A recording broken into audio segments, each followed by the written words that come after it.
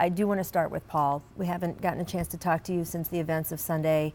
I know you've been reeling just as the rest of us. How did you even find out what was going on Sunday? I was sitting on the couch and just like every morning on a Sunday morning, just having breakfast. And a text comes across my phone and they was asking me has something happened to Kobe. And like literally 30 seconds later, I get a call from Kevin Garnett. And so I'm like, he calling me pretty early. He usually don't call me this early. And he called me and he was like, did you hear the news? And he was kind of breaking down and very hysterical. And then I remember dropping the phone, and it just, like even right now, it doesn't even feel real. A guy who motivated me, who brought the best out of me, on and off the court. And I tell people to today, there would be no Paul Pierce the Truth without Kobe. I mean, if people know where the nickname The Truth came from, it was from me having a really good game against Kobe Bryant and Shaq dubbing me The Truth. And so it was very hard for me to just I felt like I lost a brother. I felt like I lost a family member. I mean, the impact of this from a guy, and I'm not going to sit here and say I was very close to Kobe, but we had a lot of great moments together on and off the court. And, he brought the very best out of me as a competitor on the court. Look, you guys were present for some of the biggest moments in each other's lives. Yeah. That is remarkable and something, and you both understood each other in the way that, frankly, some of us lay people are never going to be able to feel that same experience.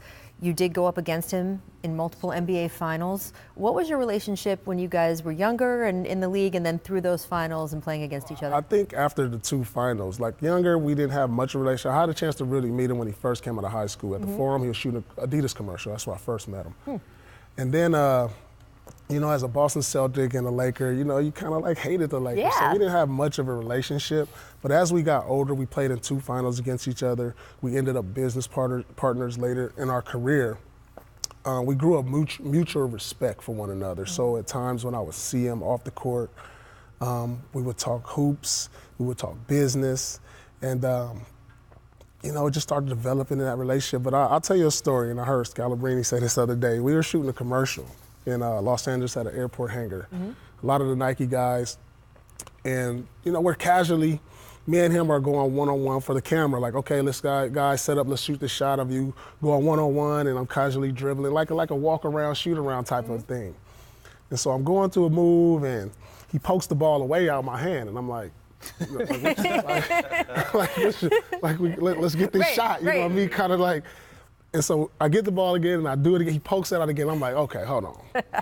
And then next thing I know, we engage in the commercial in a one-on-one battle. And that's how competitive he was. It was like we supposed to dummy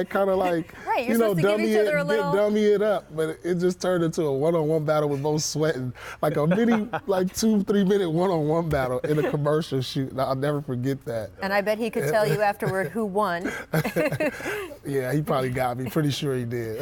That's what I always joked about, those puppet commercials with LeBron and Kobe that Nike did. They had to use puppets because Kobe was so competitive. They never could have gotten that dialogue for real in a real life situation with the two of them where they were getting the best of each other. Kobe would not have stood for it. Yeah, so that was a very funny moment. There is no way. You mentioned the finals. Look, those were some of the most memorable finals with the way that they both laid out, frankly. Tough, long series.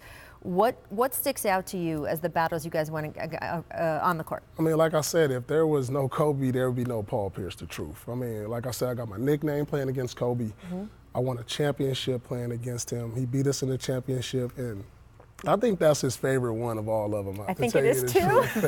Because how it went down. I mean, we talked about this, and me, him, and Kevin talked about it at lockout meetings. We had a chance to share a lot of different moments, and just to get that revenge. It was just like he wanted that revenge so bad.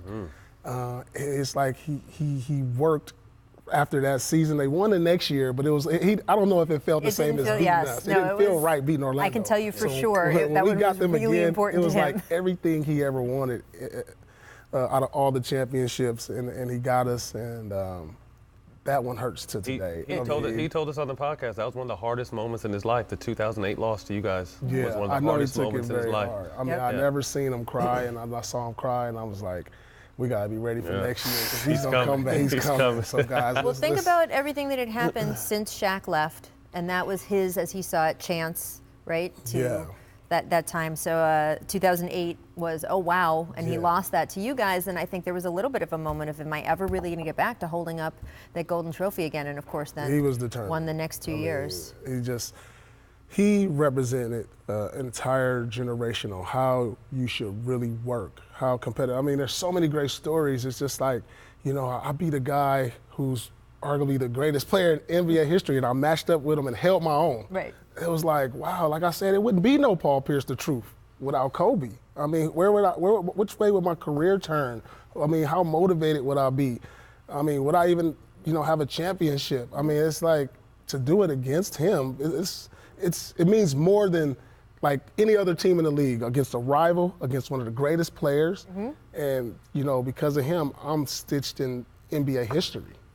I'm curious, you know, maybe the most pivotal moment of your entire career was Game 4 of that first finals. At halftime, you guys are getting drilled, and you go to Doc and say, I want to guard Kobe. Yeah. I wonder what you remember of that moment, because you know, he might light me up. Yeah, it might go badly for me. I know it could have went badly, but I was always one as a leader of the team that like, look, I'm gonna go down fighting too. I mean, this guy's competitive. I'm tired of seeing him shoot all these fadeaways and getting these easy buckets.